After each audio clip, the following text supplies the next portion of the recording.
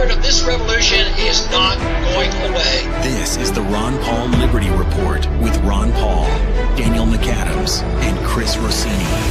We are all ambassadors of the Ron Paul doctrine, and it's so simple. Just tell the truth. An idea whose time has come cannot be stopped by any army or any government.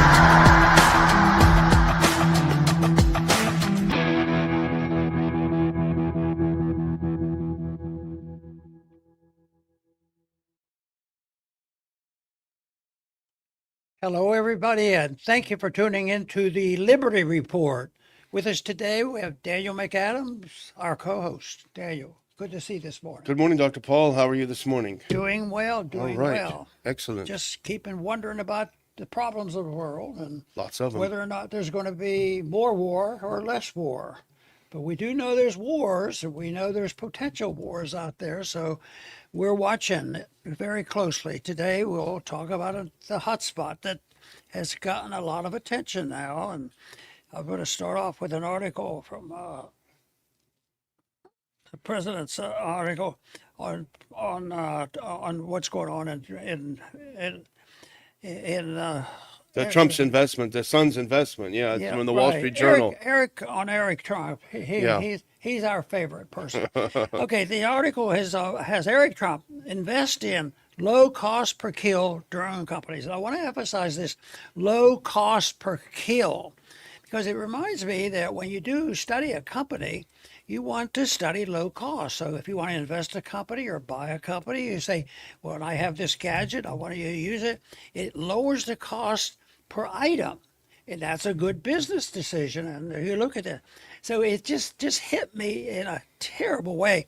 So the product here is killing. Yeah. We can kill people at low cost. Yeah. And they advertise this in a war that shouldn't be fought and a dangerous situation that we don't have money for, but they are going to save money. We're going to kill people at low cost. That is probably one of the ugliest things I've ever read about to advertise on. But the second part and the second half of this is who's looking at this company? Who was it? Somebody it's available. Maybe we can even buy stock in this country. I don't know about that. So it's Eric Trump and the Trump family that does that. And I don't know what you call this, but I call it crony capitalism. I call it corporatism. I call it something that leads to very bad things because it becomes very powerful when you combine huge corporations and the corporations along with the investments and government. But here it is, the president's family investing in these companies. But this isn't the first thing that we pointed out, whereas a combination of big business and big government. And there was a time when we'd get a little bit of support from the progressives. Yeah. Progressives. Where's Ralph Nader when we need him? Yeah, You know? poor Ralph. But no, we put up with it. We tolerate this. The American people tolerate it. And I just think it's a darn shame that people don't wake up and understand this a little bit better, because the people who are sticking by, and of course we're going to stick by Trump when he does something that he promised to do, and it's a good thing. Yeah. So if we do this, put this on, this just gets worse and worse. And I just think that it's time we wake up. And if we could have a switch where we could make our voices a little bit more visible, because they're out there. And I would argue also, Daniel, that we're not alone on this. I mean, if we wouldn't have so many people seeking out information on this. But this is a typical example of what should alert people about the combination. And in history, it's accepted history about big business from our country that invested in Hitler. Yeah. And when I was told that when I was in high school, I said, that's not true. Yeah. I wouldn't believe it. Well, how could that possibly happen? But evidently the evidence is there. I guess there's concrete evidence to show that. Absolutely. So this is, and here we are, we're working so hard to get a hot war, but I think smoldering wars satisfies them almost as much. Use up the weapons, and then we replenish them with new weapons. And then now, I mentioned this yesterday, I think, now another business is rebuilding the countries we blow up. Yeah. And one day, we might become bankrupt. One day, we might have a huge deficit that the people will be concerned about. One day, the people are going to discover that's why prices in the stores are high and getting higher.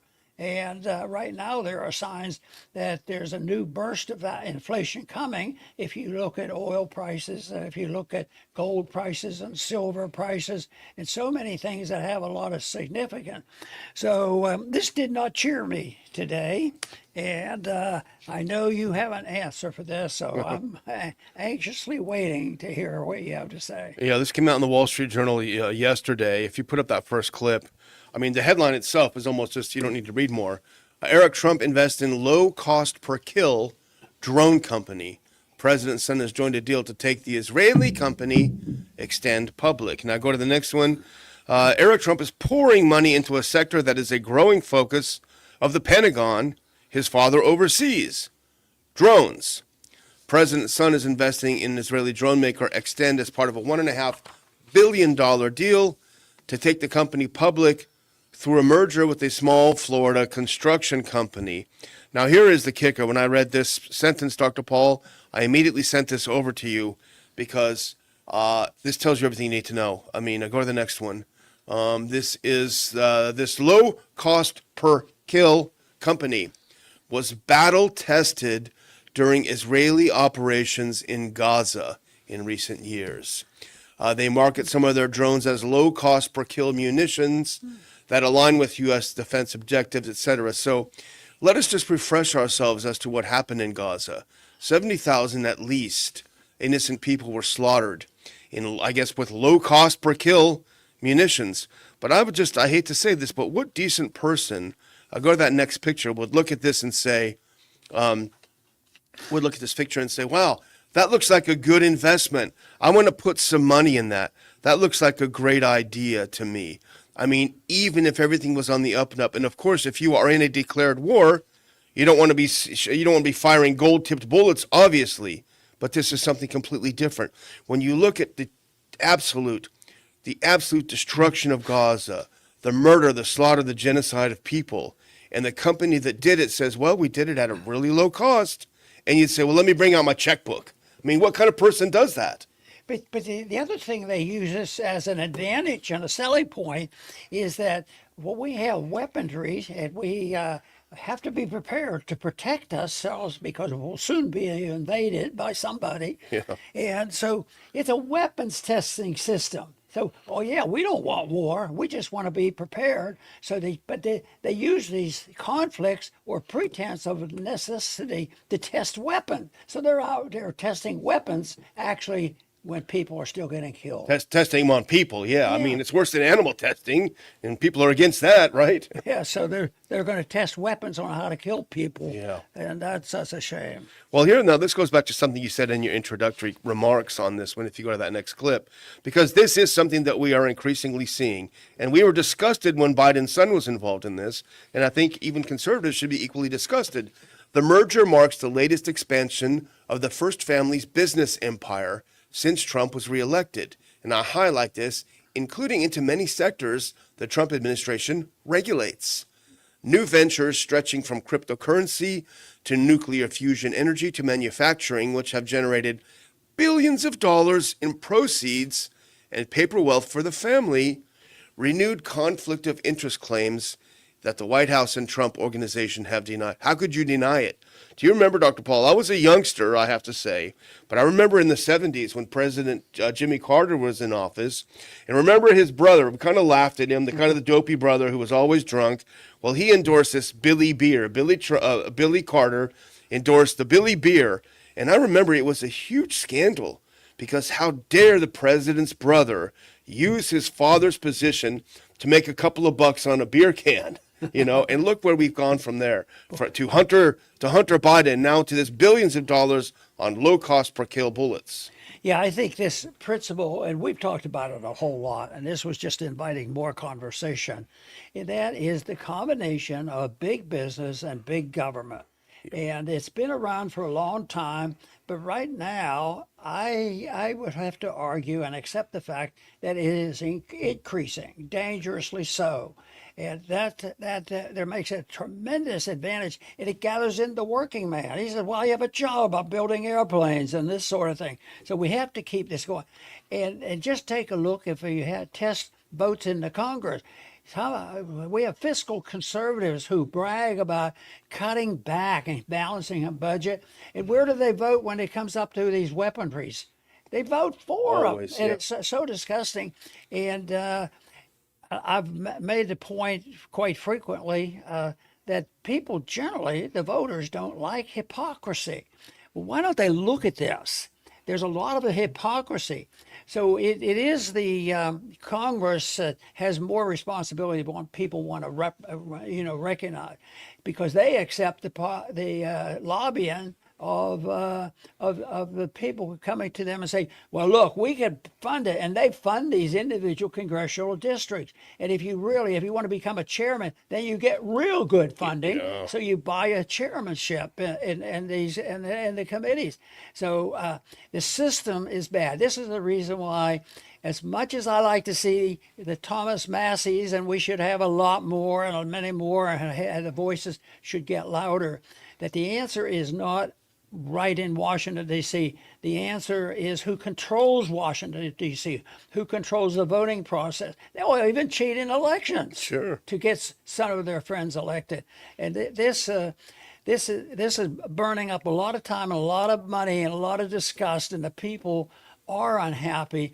And I don't mind the people being unhappy, but I sure hope they get unhappy about the things they can change and exactly what's causing our problems. Exactly. And you mentioned earlier, where are the progressives? And that is a good question.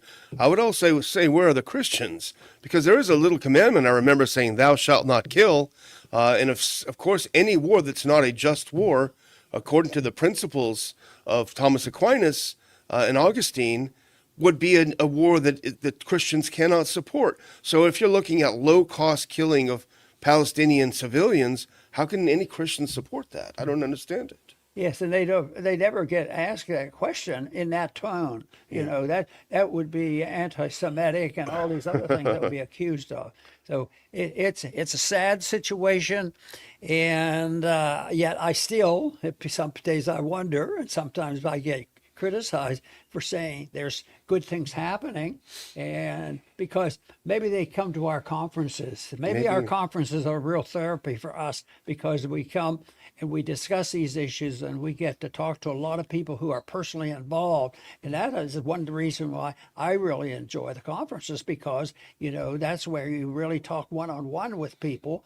And the other thing I like about the conferences is when we deal with these kind of problems is the attendees, visit with each other. Sometimes there's people coming, they're just inquisitive, and they learn from other ones. So that's why when we have these, and periodically we do, and I think we're getting ready to plan another one. So Yeah, absolutely. I would say that I still remain optimistic that the people really are on the side of peace and prosperity, but they're sort of, I don't know what's the best word is to use, they're sort of, too willing to bend over and say, "Oh, I don't want to be called anti-Semitic, or I don't want to be called unpatriotic." And you could do that by just being more informed and be confident. And I marvel at what Thomas is doing, and how he could stand up against all the stuff thrown at him. Yeah, And no kidding. Who knows what will happen in that race? Absolutely. Well, the other thing we want to talk a little bit about today is more of an update, but this is something that keeps me up at night, literally. And I'm just wondering if I'm in a bubble, because it doesn't seem to be keeping anyone else up at night. Or at least I'm not seeing it. I'm not seeing anything in Congress. I'm not seeing an anti-war movement at all. And go to this next one now. This is from Axios. This is Barak Ravid, who was a former Israeli intelligence officer turned journalist with apparently good sources in Israeli, at least, and probably American intelligence. He put out a piece today saying Trump moves closer to a major war with Iran. Now, one thing I like about Axios is that they have more bullet point oriented articles that are easier to digest. Just being honest, go to the next one. The Trump administration is closer to a major war in the Middle East than most Americans realize. That's the thing, Dr. Paul. Most Americans are not realizing it. It could begin very soon. Now, I highlight this part, why it matters. A U.S. military operation in Iran would be a massive, weeks-long campaign that would look more like a full-fledged war than last month's pinpoint operation in Venezuela, sources are saying. It would be a joint U.S.-Israeli campaign that's much broader in scope than the 12-day war. Such a war would have a dramatic influence in the entire region and major implications for the remaining 3 years of Trump's presidency. I kept this part in there because it's important. With the attention of Congress and the public otherwise occupied, there is little public debate about what could be the most consequential U.S. military intervention in the Middle East in at least a decade. And I would say multiple decades. That's what I was Big thinking. war. The same thing. Big right, war, yeah. But there's a lot of debate going back and forth. What's going to happen? Be prepared. And there was some bombs dropped. I think it was back in June, and the preparations continue. And people agitate back and forth. Will there be a war? Won't there be a war? When's it going to start? And what are they doing? And why? All these questions go back and forth. And and some, have a strict opinion. This will be a war. They're not going to back away. We've got to sort of dig a hole for ourselves where our administration is not going to back away from it. And but I would suggest that to keep an open mind to trying to dissect this out, because I think that we're trying to figure it out outside the parameters of the government. But I just wonder whether even the president, president might not even know what he's going to do. Yeah. And that's another factor, because his operation is on again, off again, threat somebody, the tariff war. That's a good example. We'll do this 100% tariffs we're going to put on these people. Oh yeah, he was nice to me this the other day, and he said this country's going to do ABC. Oh, we'll make a tariff 70%. Yeah. So it's this unknown and back and forth, and hypocrisy about what's going on, and yet we're seeing it from the moral side of by what authority does one person have to decide when we're going to go to war with Iran. And really, the Congress is not much help. The Congress just rolls over. The people aren't helping enough. They're getting annoyed, but they're not helping enough because they get lobbied themselves. They need a job, and they argue a case. They don't want to be unpatriotic. They don't want to be anti-Semitic, and it goes on and on. So the support stays there. It's a system, and that is why I don't think the world would suffer, nor would we suffer, if we got to start off with get rid of about 50% of our government and then work down to where we had about 25 or less percent. And I believe not only would our country work better, but I think the world would be better off. Absolutely. Well, I don't think what people realize, and they haven't been desensitized to this, because they've also been propagandized by the Venezuela operation, which was an entirely different operation. I think this is going to be the biggest war since Vietnam. A lot of people talk about the 91 Gulf War, but that was not an opponent anywhere near what Iran is right now. They had a couple of scuds. They had their economy already destroyed with sanctions and all sorts of things. They had a ragtag army. This is a different opponent, a very different opponent. This will be the biggest war since Vietnam, and my guess is the result, unfortunately, will be about the same. Now go to the next one. Now this is the same from Ravid. State of play here. Trump's armada has grown to include 2 aircraft carriers. I just was watching the other one just is going through the Straits of Gibraltar right now, by the way. Dozen warships, hundreds of fighter jets, and multiple air defense systems. More than 150 cargo flights have moved weapons and systems to the Middle East. Just in the past 24 hours, another 50 fighter jets, F-35s, F-22s, and F-16s are headed to the region. The standoff with Iran has gone on so long, many Americans are likely numb to it. And as we talked about before, war could come sooner and be much bigger than most recognize, sources say. And here are some points that Barid Ravik is making. Trump's military and rhetorical buildups make it hard for him to back down. And you've said it, I think, at least twice on the show, today even. That's exactly what it is. And you also said, maybe you're channeling Barik Ravid, with Trump, anything can happen. But all signs point to him pulling the trigger if talks fail. Now, speaking about Trump being in a box, I pulled up a video clip of two of our good friends, Professor John Mearsheimer, who spoke at our conference a couple of years ago, and Judge Napolitano, who's on our board, who's spoken many times at our conferences. He's got a great show. As everyone knows, you should watch the show. But he had Professor Mearsheimer on, I think it was yesterday, when Mearsheimer, this is a little bit longer of a clip, but he takes about a minute and a half to explain why it's difficult for President Trump to back down, and that's definitely worth listening to this one. I don't know what he's thinking. I think that he's really boxed himself in here. The problem is it's virtually impossible for any president, including Donald Trump, to ignore what Israel wants. And Israel wants zero enrichment capability. They want the whole nuclear enrichment infrastructure taken down. They want Iran to eliminate all the ballistic missiles it has that can hit Israel. They want Iran to give up supporting the Houthis, Hezbollah, and Hamas. And these are demands that there's no way the Iranians are going to accept. So even if Trump can work out a deal that's satisfactory to him along the lines I described before, it's not going to satisfy the Israelis. And the Israelis have made it very clear that they will attack Iran alone if that is necessary. And of course, if they attack Iran, there's no way we don't get involved, because we're going to then have to help defend Israel when the Iranians start launching ballistic missiles at Israel. And also, we're going to get involved because the Iranians are, in all likelihood, going to try to shut down the Straits of Hormuz and stop the flow of oil out of the Persian Gulf. So I don't see what Trump can do.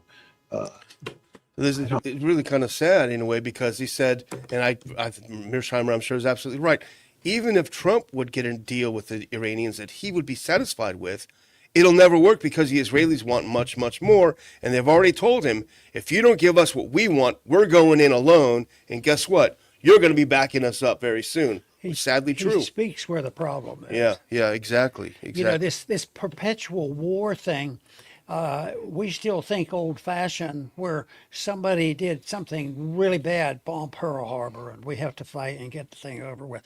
But this one is not only setting the stage, and they're making the case for perpetual war, and long war because they're doing dumb things, but maybe it's a perpetual war manufacturing business, you know, as long as you have something. In a way, they've been doing that, but this is one where they might be overstepping their bounds. You know, it is almost perpetual war, you know, of everything that's going on, especially since the the Middle East war and Bush era.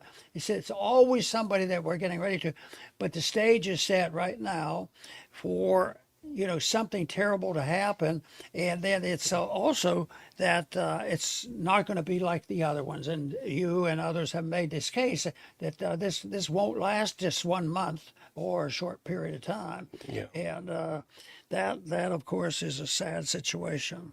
Well, I know one of the things you always do is look at the markets, because the markets probably are more accurate than all the analysts put together, because people bet with their money. That next clip I have is a chart from something on Zero Hedge about how oil price is surging, meaning that they expect something to happen soon. Here you have it over here.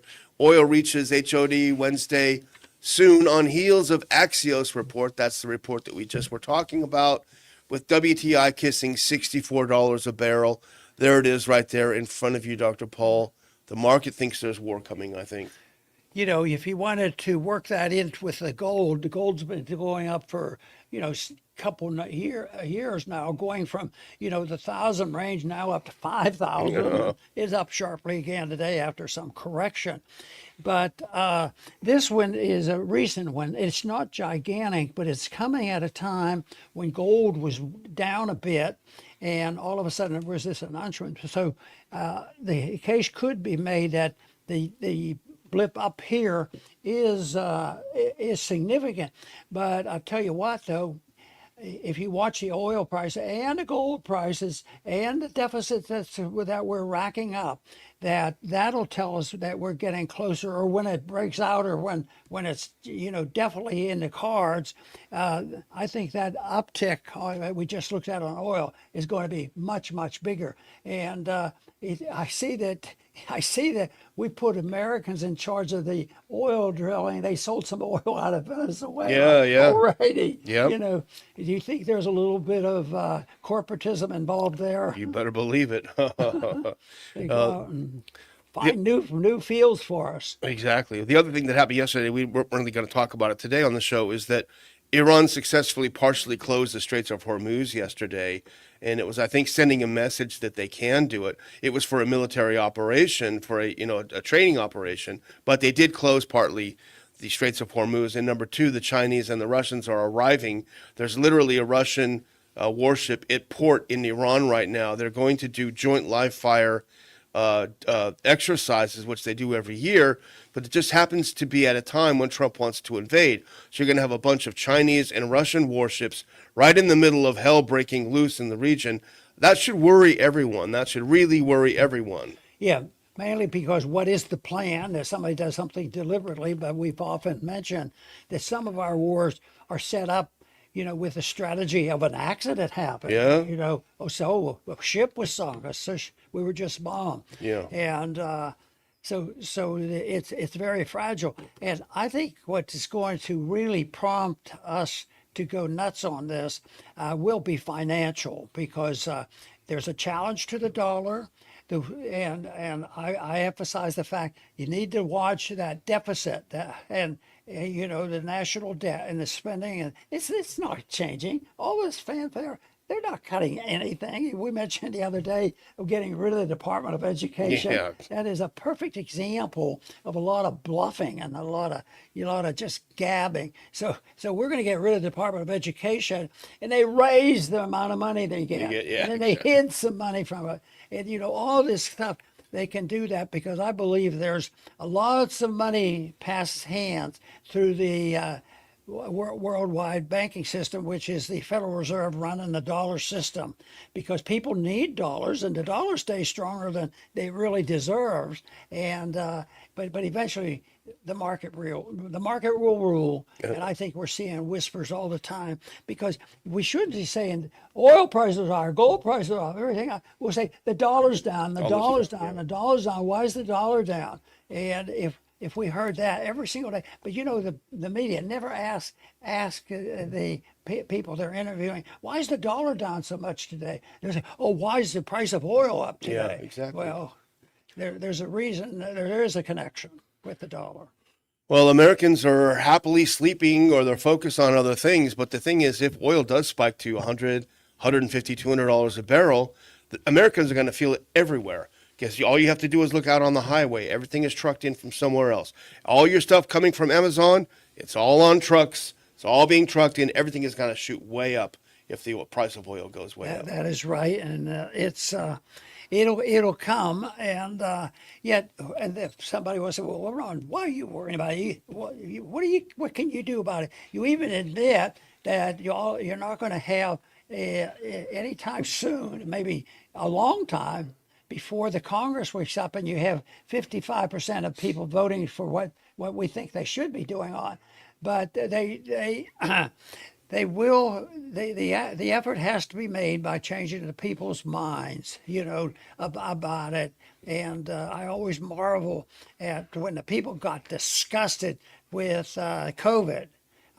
they raised a fuss and things were changed because it was so outrageous. Well, this is more outrageous. As bad as that was, this is so outrageous because we have to do this because we have a better weapons to kill people with.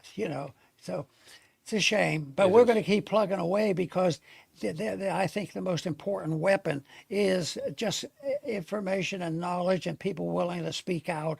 And that's where we see people happening. And that's why we're going to continue to bring people together to talk about this in a serious manner.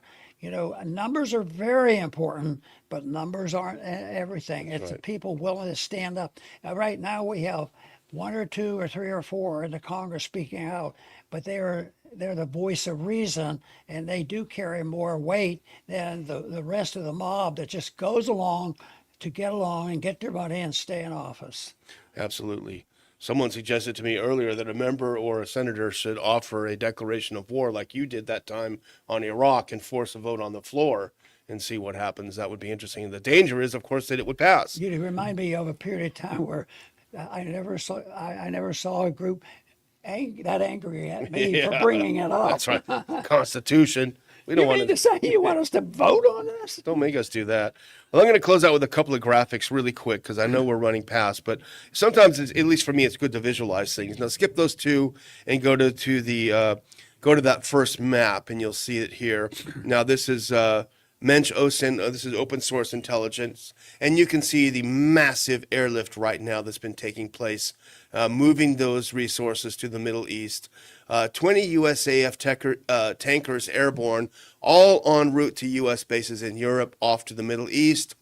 People ask me if this deployment was bigger than June 2025. Yes, it is. I've been tracking planes since 2022, and I have never seen such a significant airlift. But who knows? Maybe it's just for negotiations, he added. Yeah. Go to the next one now. This is U.S. Homeland Security. Is the X account that's posting this. Now you can see from the whole U.S., the entirety of what's being sent to the Middle East is astonishing. Just in the last 48 hours, Dr. Paul, 48 F-16s, 12 F-22s, 18 F-35s, 6 E-3G Sentries, 1 E-11A, 40 KC-46A tankers. Just in the past 48 hours, U.S. and Israel are preparing for the next war with Iran. They're not going to move all these things over here and then move them back, unfortunately, Dr. Paul. I hope they do, but it doesn't look like something they would do. So that is for sure.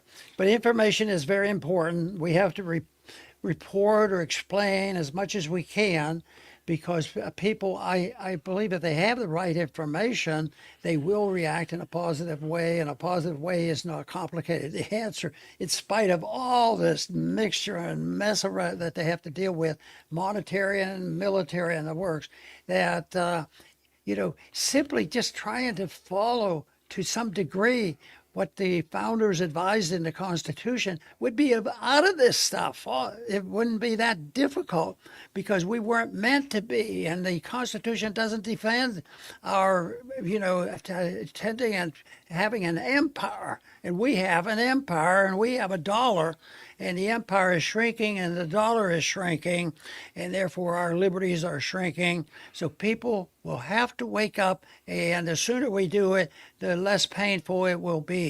But the markets are powerful, and you cannot print money forever without some type of a collision, and that's what we're on to, both in the financial areas as well as in the military area, because just what Daniel showed us, that is very dangerous, and so we need to wake up more people. And Daniel, did you? I'm all done now, Dr. Paul. Okay, I can sign off then. I want to sign off, and I'll give a smile because it'll perk me up a little bit. But I want to thank everybody for tuning in today, and please return to the Liberty Report soon.